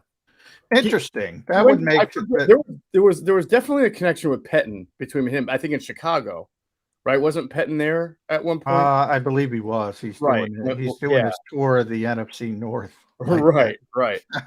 I'm not 100% sure where the connection between him and Patricia was, but I remember looking at some kind of maybe they both knew somebody and had known each other. But it was well, now that you say that, my guess would be Sean was at Boston College when right. Matt was in New England. New England. I think that's where the connection was. So yeah. So that was Jody to answer your question. As I understood it, that was his preferences. Was to say, okay, thanks. Yeah. Well done. We solved one mystery, and that's because I couldn't put it two together. And I heard there was a relationship. I was thinking Nick, and I'm like, well, where was their relationship? And but Sean, would make more sense. BC, New England, thick as thieves. Look at Temple. Look at the coaching staff. Look at all the Temple guys. Of course. Now here with the Eagles. So it is interesting, but. I do give Nick Sirianni credit from this, man. When I first wrote about Matt Patricia coming here, Jeff, I said, this kind of shows Nick's comfortable in his own skin because this is as I said, it's kind of a ballsy move. Slay was not shy about saying, you don't like this guy. And that's a team captain, veteran player, one of your best players. And he was like, hey, you don't got to like the people you work with, but you got to be professionals. From that standpoint, I think it's a positive for Nick Sirianni. Agree? Disagree? Yeah, no, I think it's a positive in two ways. One, it shows what you just said, the comfort in his own skin. But I also think it shows you the respect that the players have for Nick, especially Darius Slay, because Nick did say he talked to Slay about it before making the hire. And, I don't know. Nick didn't really say, I have Slay's blessing, but he basically said we had a conversation about it and it's all good. So I think that if you're a head coach who doesn't have your finger on the pulse of the locker room or the respect of the players, I think that kind of move doesn't go over well. And maybe Slay doesn't, okay it or sign off, or you have issues there. And, maybe issues could arise from this. So it's a little risky, but if anything, someone asked me like, who has to be the bigger man here? And it's got to be Matt Patricia. You have to come into this organization and say, I was wrong about Slay. I said he was no good and not as good as Talib. And this guy's been to the Pro Bowl 4 times since I pissed him off. So I got to come in here and sort of find my way and stay behind the scenes and do my job and not try to big time everybody like I acted when I was in Detroit. Most 'tis the season to put together lists. Everybody's got lists at every single position and grouping and everything. Yeah, I need milk, eggs, out of fruit. That's a honey-do list for you for later on this afternoon. I can tell. Milk and eggs is 1 and 1A. Always. Yeah. Ross Tucker, our buddy, does Eagle pregame show, WIP as well. Came up with a list of the coaches in the National Football League, and Sirianni made it in at number 5. I don't want to talk him down. 2 years. I know he's the only coach in the NFL who's got 1,000% making the playoffs as a head coach, 2 for 2. And he went to the Super Bowl, was tied with 10 seconds to go. Has he climbed up that high that fast? Is he the 5th best coach in the NFL? Well, I think the lack of longevity there really does become a little bit of an issue, only because, we could have all put Doug Peterson in the top 5 after his first 2 years, even though he, made the playoffs once, but then wins the Super Bowl year 2. And he was looking like a guy who was on that trajectory to be a great head coach. And then he had a kind of precipitous fall. So, I think he's on that trajectory again, though. Yeah, he might be right back up there. Yeah. And cracking the top 5 is pretty tough because you've got your John Harbaughs, you got your Mike Tomlins, you obviously have your Andy Reid, Bill Belichick. That's 4 right there. Pete Carroll. Pete Carroll, 5. I think Sean McDermott, he hasn't been to a Super Bowl, but he basically took a Bills team that was a joke for 15 years and has them annually in the playoffs. So that's pretty good. So I'm trying to think who else. God, there have been so many new coaches. There's a lot. Well, there's always a lot of recency bias with, Nick's been great. Nick's coming off a Super Bowl. But, I look at, you brought up Mike Tomlin. The guy's never had a losing season. Never. Right. And last year when they were about 5 games under 500 at one point, everybody's like, oh, this will be the year. And then they still wound up not finishing under 500. Yeah. So I think there's something to longevity. I think Nick's on his way, but to Nick's credit, and he's not the first coach to say this, but he does say, "Show me a good coach, and I'll show you a bunch of good players." The Eagles have some good players. We talked about Doug Peterson. He's back on the trajectory. Well, now he's got Trevor Lawrence. Right. Even Press Taylor, you were bringing up, that sort of cluster, with Press and Rick Scangarella and Andrew Briner. Good poll, by the way, to get Andrew Briner in there. Thank you. I think the Eagles were, to be honest, very unfair when Press Taylor was leaving. There was a lot of insults that probably weren't deserved. And all of a sudden, that guy's a good year for being a head coaching candidate. If Jacksonville goes nuts and Trevor Lawrence turns in, and I think we all think he's got, now the AFC is much tougher because there's a lot of good quarterbacks, but he's got a chance to be a really good player. And if he turns into what we think he's going to turn into, Press Taylor's going to be a head coach in this league. I almost guarantee it. Yeah, that was an odd situation, John, because the way everything fell apart, it wasn't that people, as I understood it, didn't think Press Taylor was a good coach. It was that they felt he and Carson had developed too close of a relationship through family, religion, whatever you want to say, for one to be a fair and objective coach of another. But I think that there was that missing part of, well, will Carson allow himself to be coached by anybody at that point? That was missing in the equation. And look, Doug, I applaud Doug for that. He planted his flag in the ground. He met with Jeffrey Lurie after the year. They said they were going to meet again in a few days. The message was sent basically to Doug: when we meet again, you better have a better plan involving your coaching staff. And Doug met with him 5 days later, whatever, in Florida, and said, "No, this is my plan. You don't like it, you can go the other way." And Jeffrey Lurie went the other way. And I remember saying to Adam on the podcast, because I felt like it was just a bad overall thing for the entire franchise, not a good look. But I said, we're really not going to know whether the fallout from this is good for both, bad for both, good for one. We won't find a winner or a loser for another 3 to 4 years down the road, because obviously Doug has to have another shot to coach and bring his people in and see what happens. And then Jeffrey's got to get a chance to move on and see if he can clean up the mess. And lo and behold, Jeffrey cleaned it up pretty quickly, and Doug looks like he's about to clean up or repair his image and clean up the old Jacksonville mess. So I guess it wound up being a win-win in the end. It's just an odd situation. Yeah. Here's something that, damn it, just dawned on me. I can't believe I never put this 2 and 2 together, but just listening to you two guys talk, why isn't Carson Wentz the Jacksonville backup as of right now? They got C.J. Beathard. Everybody's got their backup. The Eagles went out, got Mariota. He's a little bit more like Carson, the Jalen Hurts than Gardner Minshew was. Everybody makes their moves with guys who have been somewhere else before, shown a level of competence. I've never been a C.J. Beathard fan, to be truthful with you. I don't think he's even a backup. Forget about a starter, and sometimes backups have to step in and be starters for a game, 2 games, 3 games, 4 games. The longer you get, the more your season's screwed. If Press Taylor had that good a relationship with Carson Wentz, why isn't he the backup in Jacksonville right now? That's a good question. Why isn't he a backup anywhere right now? I mean, you'd have to know what he's looking for. There's some teams that have better situations. They got better 2 quarterbacks than Carson Wentz. Sorry, Carson fans. There's a whole bunch of teams like that fit in the National Football League. Jacksonville's not one of them. If you, like me, don't like C.J. Beathard, and those teams don't have Press Taylor as their offensive coordinator. Yeah, no, that's a fair question. I would say, the season's, just like why don't the Eagles have a better linebacker? Well, the season doesn't really start for another 3 or 4 months, so we'll see. Well, I mean, that's a role. You have to support the starter, especially in optics could look bad there. Yeah, especially a starter like Trevor Lawrence. Remember, Gardner Minshew, they got rid of Gardner Minshew not because he was a bad backup quarterback, because he's saying, I want to compete. Right. I don't believe in he didn't take a shit because he doesn't believe in number 2s.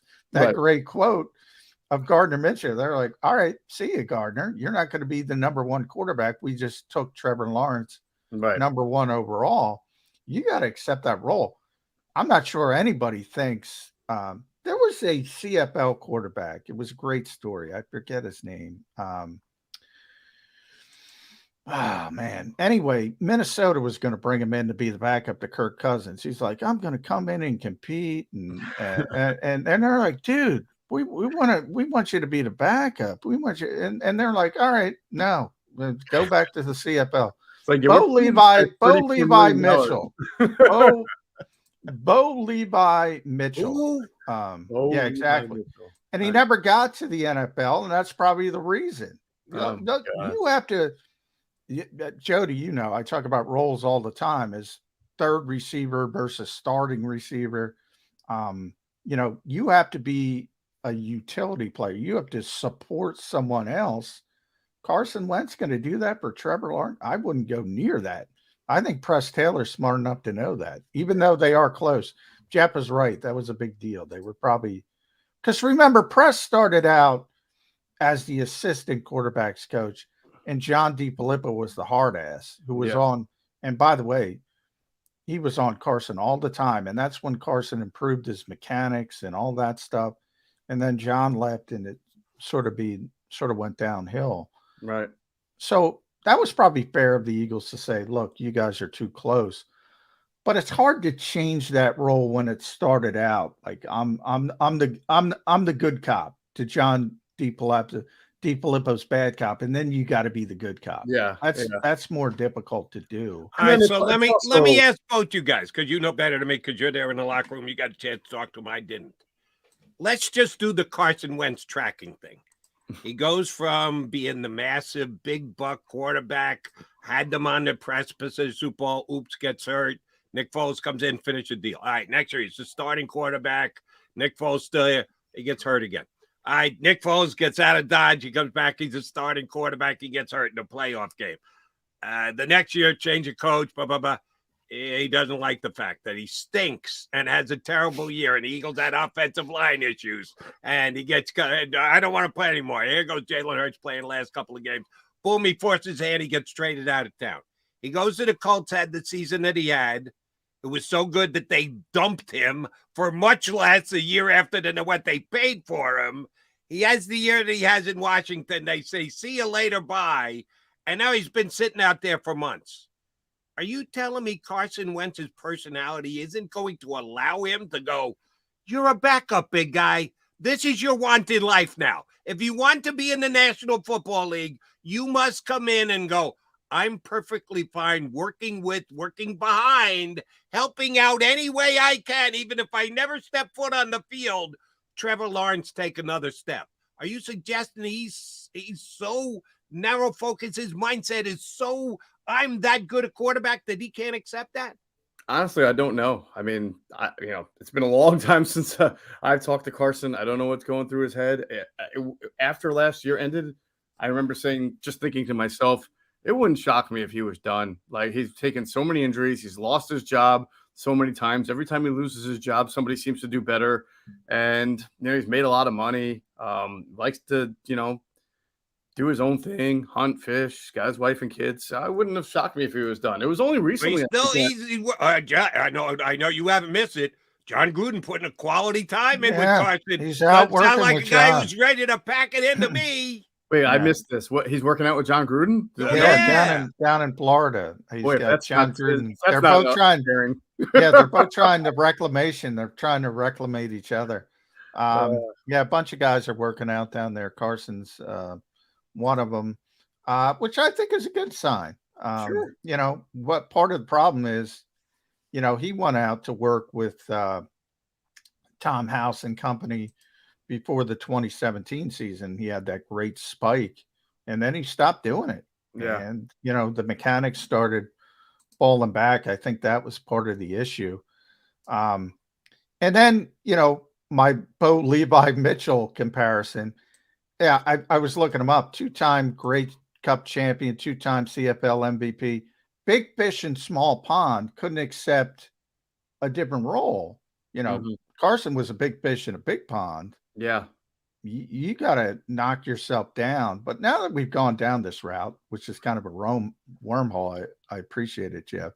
That's Jody, not me. I'm dragging you down there. The backup quarterback situation is interesting this year because you have a guy with a ton of experience in Marcus Mariota, ton of starting experience, plays a similar style to Jalen Hurts, so I guess that's a positive.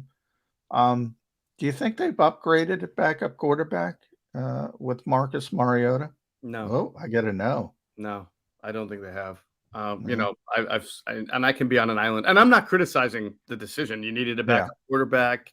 He does fit the offense. It's interesting because as soon as the signing was made, I said, I'm not sure that this is, based on just my own eyes of watching the Atlanta Falcons last year and watching him play quarterback, and then speaking to some personnel people after the signing was made, I'm not sure he can play anymore all that well. Maybe the new offense and better weapons around him help, but I'm telling you, go watch the Falcons last year. It's not like he was under siege every play. They have a decent offense. They have a good offensive line. They got better. He was missing Kyle Pitts before Kyle Pitts got hurt by yards. I mean, he couldn't hit the broadside of a barn at times, and I don't know why or what happened. I mean, he was never a very accurate quarterback in the NFL to begin with. The one thing you could say about Minshew, he's a gamer. Did he throw a few picks? Yeah, and that cost him? Yeah, but it's not like he was throwing it right to the opponent. I mean, Deron Bland had a jump in front of one of those against Dallas, one of those two picks. I mean, he won the game against the Jets 2 years ago. He knew the offense, and it's crazy. We had Jason Avant on our podcast last week. Adam and I did, and I thought he was going to applaud the signing, and he said the same thing I did. He actually thinks it's better when you have a backup who has a different skill set than your starter. He said, I know conventional wisdom is you want the same skill set so you don't have to change the offense. He's like, good coaches don't really have to change an offense if you have a good quarterback anyway. You've got your weapons. You do what you do. You just want the best player you can to help you win games. I'm not sure Marcus Mariota is the best backup quarterback to help them win a game or two if Jalen Hurts gets hurt. Couple of things. Number one, he did kind of throw the ball to Mark Lattimore down by the goal line against the Saints. And Gardner Minshew. He did. That was that was kind of costly. And I'll go way out on a limb and tell you, no matter how bad Marcus Mariota played in Atlanta last year, if he's got to start 2 games this year, he's not going 0-2 with this talent. And Gardner did go 0-2 last year. And I know it wasn't all Gardner's fault. And Dak Prescott put up a whole bunch of points down there in Dallas. I'll happily disagree with your confidence on that. I don't know what you've seen out of Marcus Mariota that would make you say that he would definitely win 2 games. Are these 2 games against the Buffalo, Kansas City, San Francisco, Dallas, Seattle stretch? Ooh. Yeah, that's a good point. Yeah. Nobody Dallas was a playoff game. New Orleans was not. So if you can find me 2 games in the Eagles schedule where one's a playoff team from the previous year, one's not a playoff team, I'll tell you. Yeah, and that's the thing. I thought Gardner played well against Dallas. Quez Watkins kind of let him down. Right. He played poorly against the Saints. If he played against the Saints like he played against Dallas, they win that game easily. But he had a crappy game. Right. But so 3 starts, he played well. He played good, especially for a backup quarterback in 2 of them, and he played poorly in 1, which is what you're going to get from a backup quarterback. And can Marcus Mariota do that? I don't know. If you took the number 1 pick out of his resume and just looked at what he's done as a quarterback in this league, are you really that impressed? I'll give you the 2 games. I think he's a good backup because he's got a ton of it. That's what I'd look for in it. I want somebody who's not going to crumble. And he's got a ton of experience. He's not going to be overwhelmed by the stage. You're not going to have great players as backup quarterbacks. There's not even 32, let's be honest. Right. So I thought Gardner was a good backup, and I think Marcus is a good backup. It's interesting. Who's better? I'm more to, and I know Jody thinks Marcus is. I'm more leaning in your camp, Jeff. I could be swayed. But I thought Gardner was a good backup. In the Jets game, everyone said at the time, well, it's just the Jets. And Jody knows that as a Jets fan. It's just the Jets. They played well. Make sure you say the Jets of 2021. Yes. Not this the Jets of 2023. It's going to be another story. Yeah. We think. Hopefully for Joe Douglas. I like Joe a lot. But yeah, I think the Jets are going to be a good team. And, who knows? Gardner Minshew might get a month or so out in Indianapolis as a starting quarterback. Yeah. Is he top 32 in the world. He's on the cusp, Gardner Minshew. So I don't know if they upgraded there. I'm with you, Jeff. I'll give you the two games that would be a comp from last year. At Washington, home Dallas, weeks 8 and 9. One team made the playoffs, one team didn't. Shoot, the team that didn't beat the Eagles last year. That would be Washington in Philadelphia. As a matter of fact, this one we at Washington, home Dallas. Yeah, I'm telling you, Marcus Mariota wins one of those two games, if not both. And, oh, by the way, if you said you can't go 1-1, which do you think is more likely, 0-2 or 2-0? I say 2-0. And all I would say is why? Why would you think that? What has Marcus Mariota done to make you think that? I think the Eagles are that good. Oh, well, then that's different. Okay. All right, that I can understand. That you just think the supporting cast is so good. But eventually, all those great wide receivers, the ball's got to be put in their hands. That's all I'm saying. Understood. That's true. You need a vehicle to get receivers the football. And they do have a ton of talent. We were talking. I think CBS put out their top 100 players, and they had 9. Jody informs me. I think it should have been 11 or 12, to be honest. This team is top heavy with talent, but there are some issues, Jeb. And I keep looking at linebacker, and I keep saying, have they gone too far? I agree with them for the most part. Devalued position. I'm not spending Chicago money at off-ball linebacker. I agree with all that, but I think they've taken it too far. I think they're. I thought that 2 years ago when they went into the year with Eric Wilson and Alex Singleton, and you were right, something like that. Well, Alex is a pretty good player, or even before that. Well, Alex was, but the point is, he was good, but not in the scheme that they were about to run. And then even the year before that, it was like Nate Gary and Alex Singleton, right? Yeah. So at least Nakobe Dean's a draft pick, a high draft, top third round draft pick, although he hasn't played. But yeah, I mean, there's no depth, right? I mean, Nick Morrow is right now your starter, and if one of those two guys gets hurt, then. But here's the thing, not that this is everything, but they gave Justin Evans $600,000. They gave Olamide Zaccheaus $600,000. They gave Nick Morrow nothing, Jeff. He signed for it. That's the crazy thing, right? Yeah. Nothing. And they're saying, oh, this is a starting linebacker. How is that possible? I laugh about it on the podcast all the time. The guy signed so early, too. If you're not going to get any guaranteed money, don't you just at least go a couple weeks into free agency just to see?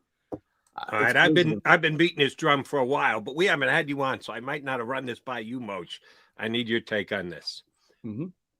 I think all three of us agree they could use an upgrade at the other linebacker spot. Nakobe Dean's going to do what Nakobe Dean's going to do. He's going to get the dot in his helmet. He's going to be the leader of the defense. He flashed in the 30-some-odd snaps he took last year. That's another bone of contention with me. How did he only play 30-some-odd snaps last year? But it is what it is, and we are where we are now. If Nicholas Morrow is not the answer, and despite Christian Ellis looking great 7-on-7 in their activities this spring, the Eagles come to the determination we got to upgrade at that position. I'm a big Patrick Queen guy. The Ravens didn't pick up his fifth-year option. They drafted a linebacker in the second round who can certainly step in and take his place. John and I disagree on what the compensation would be for a guy like Patrick Queen. I think he merits a third-round pick in exchange. That's what I think you're going to have to pay to get him, or the equivalency of a third-round pick. Darren Waller was traded during this offseason. 1 year, had a phenomenal year, and then last year came back to the pack, oft injured and the like, and the Giants were willing to give a third-round pick for Darren Waller. So I think that's the number. John says he's not going past day 3, that he's drawn the line there. He's not going to get to day 2. I'd be willing to do a third-round pick for a guy as good as Patrick Queen. If you can't get him signed, then he could be a potential compensatory pick. So it's not really paying a 3 if you're going to get a compensatory pick after the fact if you let him walk away. Would you give up a third-round pick for Patrick Queen to upgrade the Eagles linebacker position if you're the Eagles? I don't know that I would give a third rounder. If he's that good, why are they not extending him? Would be my first question. Probably would go a 4 and a 6, something like that. I don't know if I give up a third rounder for him. I haven't watched enough Patrick Queen. I know what his pedigree was. I know he's great at LSU. I know he was a second round pick for the Ravens. Right. And he wasn't great his rookie year, but he's gotten better each of his 3 years in the league. Yeah. Like 28 overall. My thought process, if the Ravens don't feel like he's good enough for an extension, then there's probably problematic there. And I don't know if I want to give up a third for it. But yeah, but see, that could be a Lamar thing. That's a whole. Well, it's also they paid Roquan, so you can't pay 2 players at that position. Right. But there's a couple things. And first of all, Baltimore thinks they're a contender. I don't necessarily agree with them, but they think they're a contender. They think, they might have the best linebacking group in the NFL. Why not play it out if you think you're a contender? But from the Eagles' standpoint, here's my theory, Moshe. They're not paying him. I mean, he wants to be paid like a top-tier linebacker. Right. So it's a rent-a player. It's a rent-a player to begin with. Right. And he probably wants an extension. So if he's moving, he probably wants an extension. I just don't see the fit. And the Eagles proved it with TJ Edwards. Now, he doesn't have the pedigree. But if you would have told me before free agency started, all right, $7 million, get you TJ Edwards back, I would have said, all right, I'm doing that. Let's be done. TJ Edwards, Nakobe Dean, bang, let's go. Let's go to the Super Bowl. They said, nope, too much. Crazy, right? But that's you're not paying Patrick Queen anywhere near $7 million this year. No, so in the 4th year of a rookie deal, he's like $1 million and change against the cap. I'm not giving up a third round pick. He's not happy. He's not happy without the extension. Patrick Queen's not happy without the extension. And they're not paying him down the road. So if he plays well, they're not paying him. If he plays poorly, they don't want to pay him. Either way, he's not going to be here, so he's a rent-a player. That's my only point. Right. And they did okay this past year with 2 rental linebackers. They let Edwards walk out the door. They let Kaiser walk right out the door. Why would I shy away from having Patrick Queen as a rental? Well, he's a higher profile player. And TJ was here. So TJ's a different category. TJ's just on an expiring deal. Now, Kaiser, they brought in prove-it deal. He wasn't a great player. Patrick Queen's a former first-round pick. He wants the 50-year option. He wants a big-time expansion. He wants $10 million a year. You have a different mentality. It's what I was talking about with both Levi Mitchell. You got to have a mentality. He's going to come in as a renter player. He's not going to be happy. The Eagles aren't going to pay him. Again, we can talk about who the free agents are going to be next year, who they're not going to be. There's no guarantee you're getting a compensatory pick. But if he plays well and he hits a home run, you acquire him, hits a home run, and he's getting $10 million a year somewhere else, you're back in the same boat. It doesn't make a lot of sense. Let's trot Nicholas Morrow out there all year. Mm-hmm. Well, I don't agree with that. There's a happy medium. Yeah. There's a happy medium. And the happy medium is already in the rearview mirror. Pay TJ Edwards goddamn $7 million. He earned it. That ship is sailed, Johnny Mac. You know it. I know it. Most knows it. He's gone. We both wanted to see him keep Edwards. It's done. I do think the next Eagles starting linebacker opposite Dean is probably on another team's roster. Yeah, it's probably not here. And he's probably on the way out of that team by the end of camp. They'll flip a 5 or a 6 for him, or they'll just sign him after he gets waived. It's going to be a CJ level trade, and hopefully it works out as well as CJ. But what they give up for CJ? A 4 and a 6. Is that what you threw? And it's going to be they that. got 7 back, so it was a 2 for 2, but they give up 2 higher picks. It's going to be that level of trade. Right. I agree, and it'll probably be mid camp to late camp. Oh, I'll bet you that guy doesn't come in and play as well as C.J. Gardner-Johnson did. That's one bet I will make. That probably is not going to happen. That probably won't be on the field as much either. We'll see if Sean Desai plays a lot more dime or big nickel with just one linebacker. Yeah, I think there's going to be big nickel. We got to go at Jeff P. Mosher. You got the P in there? Is that new? Yeah. I decided to switch it up when my blue check mark got taken away. So, the blue that was a devastating day. No for blue all of check us. mark, but add a P. We like Yeah. it. What's P stand for? My middle name, Paul. Paul. Well, that's why. Oh yeah, it used to be Jeff Mosher NFL, right? Right. I'm used to saying that all the time. So I was Jeff, about to get fresh with you for a second there, Jody, but I decided to keep it clean. I promise not to call you Paul if you promise not to call me Aloysius. Yeah, my confirmation name is Really? You know who else has that middle name? What's that? A New Yorker like you should know. Patrick Aloysius Ewing. Ewing, correct. Oh, there yeah, we I should've go. known that. There we That's go. right.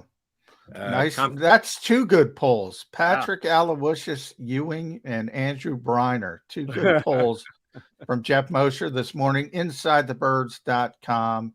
Inside the Birds podcast. Download it where you get your favorite podcast. He and Adam Kaplan. Thanks, Jeff. Appreciate it. All right, guys. Have a great one. Thanks, Moshe. That's what I call him more than anything, more than Paul, more than Jeff. He's Moshe, and he's great whenever he comes out with us. All right, McMullen and McDonald coming back to put up on the show.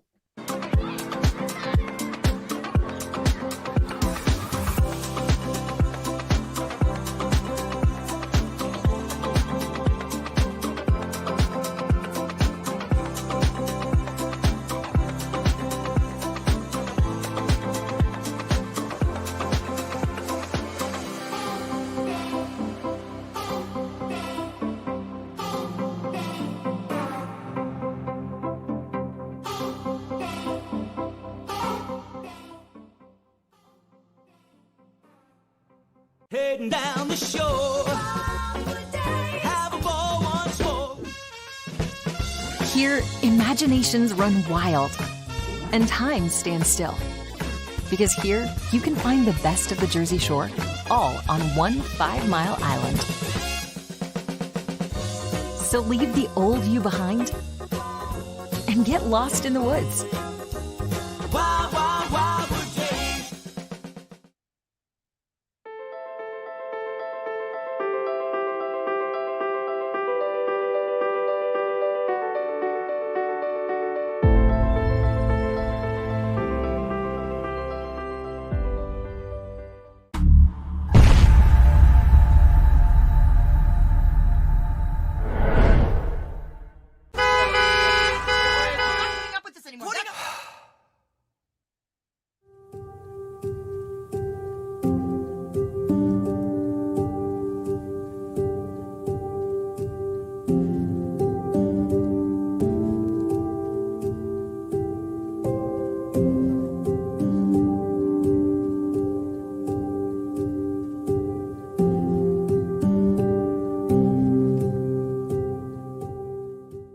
Score and save at Southeastern PA and Delaware with Colony Pools this football season, and let the experts close your pool with a custom Merlin safety cover in green for the birds. And if you join our Winter Watch team, we'll give you another 20% off, and Colony Pools will handle it all. Keep your tiles on your pool, not in your pool. Fly with Colony right now, Birds fans. Visit flywithcolony.com. Hi everybody, my name's Jason Lombardi. I'm an inspector at DryTech. At DryTech we offer three major services, the first one being basement waterproofing, the second service we offer is foundation and structural repairs, and then the third service that we offer is mold remediation. If you feel you are having a waterproofing issue, give DryTech a call or check us out online.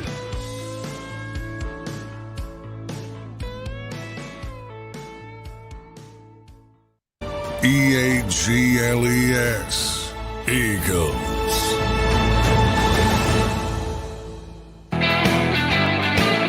All right, I say it's always a good sign when we're running late because that means our final guest, second guest, we're having a good time talking to him and we just didn't shut up in time. So, yeah, we're keeping it a little late today. We'll let you get out. You need to be here tomorrow for one very specific, well, two very specific reasons. Number one, find out who Johnny Mack and Ed Kratz have as number 22. We've done 25, 24, 22 tomorrow on their SI list, and find out which NFL information broker pisses off John McMullen so he can start tomorrow's show. Yannick and Dockway. He's coming here for 4 snaps a game. not happening. And oh, by the way, no AEW, so there'll be no Orange Cassidy match for him to get pissed off tonight. So it's got to be an NFL insider who's going to get McMullen annoyed before tomorrow's show. But I'll be back in 22 hours. Do us a favor, hit the like. If you like today's show, hit the like button on your way out the door. If not, we promise to try harder right here tomorrow on Birds 365 in 2 and 2. You've been listening to Birds 365, the destination for the passionate Eagles football fan who bleeds green. If it's Eagles football, we're talking about it. Debate inside the locker room and guests that are some of the greatest football minds from around the region. We hope you enjoyed the show. We know we had a blast. Make sure to like, comment, and subscribe, and we'll be back soon. But in the meantime, hook up with us on social media at JAKIB Sports. See you next time on Birds 365.